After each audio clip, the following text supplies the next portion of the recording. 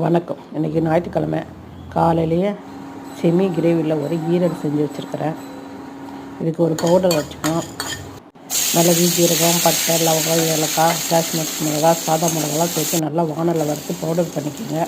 வெறும் வானலில் எண்ணெய் ஊற்றி அதில் வெங்காயம் போட்டு அது நல்லா பொன்முருவலாக வந்த உடனே இஞ்சி பூண்டு பேஸ்ட்டு அது நல்லா வதக்கி அதோட தக்காளி அதையும் நல்லா வதக்கி அதோட கொஞ்சம் தேவையான கல் உப்பு, ஒரு அரை ஸ்பூன் மஞ்சத்தூள் போட்டு நல்லா வதக்கி அதோட ஒரு பட்டை, ஒரு லவங்கம், ஒரு ஏலக்காய் போட்டு அதையும் நல்லா வதக்கி இது நல்லா வதக்கணும்.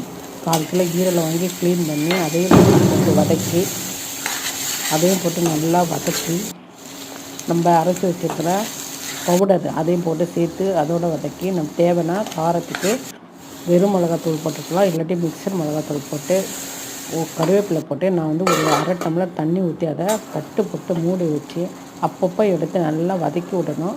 நல்லா முக்கால்வாசம் வெந்த பிறகு நம்ம மேலே மிளகுத்தூள் போட்டு அதோட கொஞ்சம் கொத்தமல்லி போட்டு நல்லா ஒரு 5 நிமிஷம் வதக்கி எடுத்துக்கலாம். இது கிரேவியாகவும் வச்சுக்கலாம், சுக்காவும் வறுத்துக்கலாம். அந்த வானலில் சாதத்தை போட்டு பிரட்டி சாப்பிட்டு பாருங்கள்.